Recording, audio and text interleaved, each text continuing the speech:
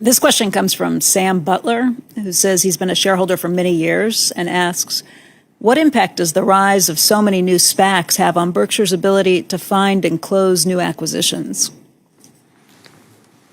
Well, it's a killer. The SPACs generally have to spend their money in 2 years, as I understand it. So they have to buy a business in 2 years. If you put a gun to my head and said you got to buy a big business in 2 years, I'd buy one, but it wouldn't be much of one. We look and look, and now there are, I don't know how many, whether it's hundreds, and there's always been the pressure from private equity funds. I mean, if you're running money for somebody else and you're getting paid a fee and you get the upside and you don't have the downside, you're going to buy something. And I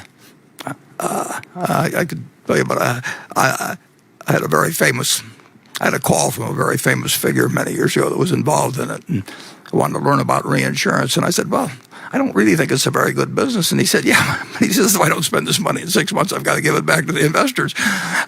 So it's a different equation that you have if you're working with other people's money, where you get the upside and you have to give it back to them if you don't do something.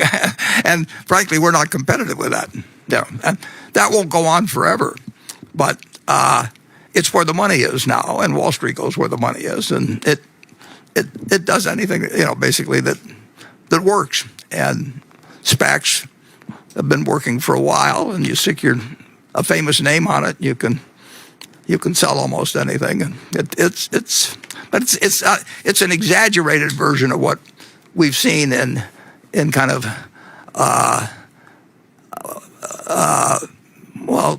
gambling done type market. In fact, I did have a quote from Keynes that we might put up on the. Let's see if I've got.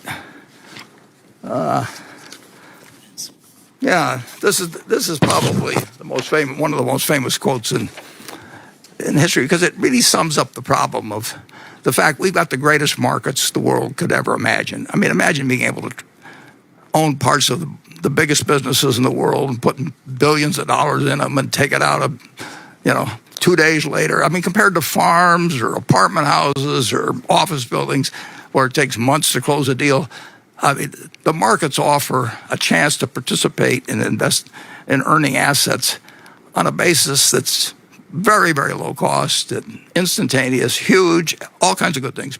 But it makes its real money if they can get the gamblers to come in, because they provide more action and they're willing to pay sillier fees and all kinds of things. So you have this incredible, huge asset to humanity, but it really makes its money when people are doing stupid things. I mean, that's where the money really is. And Keynes wrote this in 1936. It says 1939 on the slide, but he wrote it in 1936 in the General Theory, that speculators may do no harm as bubbles on a steady stream of enterprise.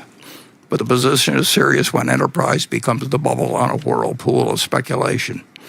When the capital development of a country becomes a byproduct of the activities of a casino, the job is likely to be ill done.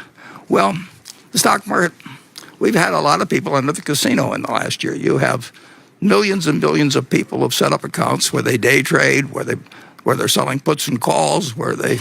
I would say that you had the greatest increase in the number of gamblers, essentially. And there's nothing wrong with gambling, and they got better odds than they've got if they play the state lottery. But they've had cash in their pocket, they've had action, and they actually have a lot of good results. And if they just bought stocks, they do fine and held them. But the gambling impulse is very strong in people worldwide, and occasionally it gets an enormous shove, and conditions lead to this place where more people are entering the casino than are leaving every day, and it creates its own reality for a while. And nobody tells you when the clock's going to strike 12 and it all turns to pumpkins and mice. But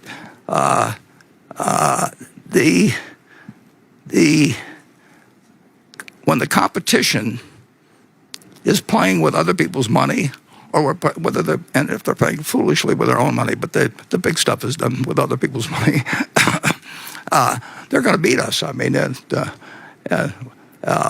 we're not. That's a different game, and they've got more. They've got a lot of money, so we're not going to have much luck on acquisitions while this sort of a period continues. But it's happened before. This is about as extreme as we've seen it, isn't it, Charlie? Or? Yes, of course. I call it fee-driven buying. In other words, not buying because it's a good investment. They're buying it because the advisor gets a fee. And of course, the more of that you get, the sillier your civilization is getting. And to some extent, it's a moral failing, too.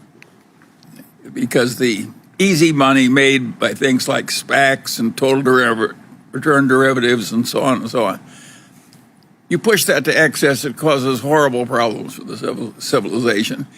And it reflects no credit on the people that are doing it and no credit on the regulators and voters that allow it. So I think we have a lot to be ashamed of in current conditions. But it's where the money is. Yeah, but it's shameful what's going on. Yeah. It's not just stupid, it's shameful. It's not. I don't regard it as shameful on a lot of the people that gamble. I mean, gambling is a very human instinct, and they've got money in their pocket, and they know somebody else that's made money who they don't think's any smarter than they are. I don't mind the poor fish that gamble. I don't like the professionals that take the suckers.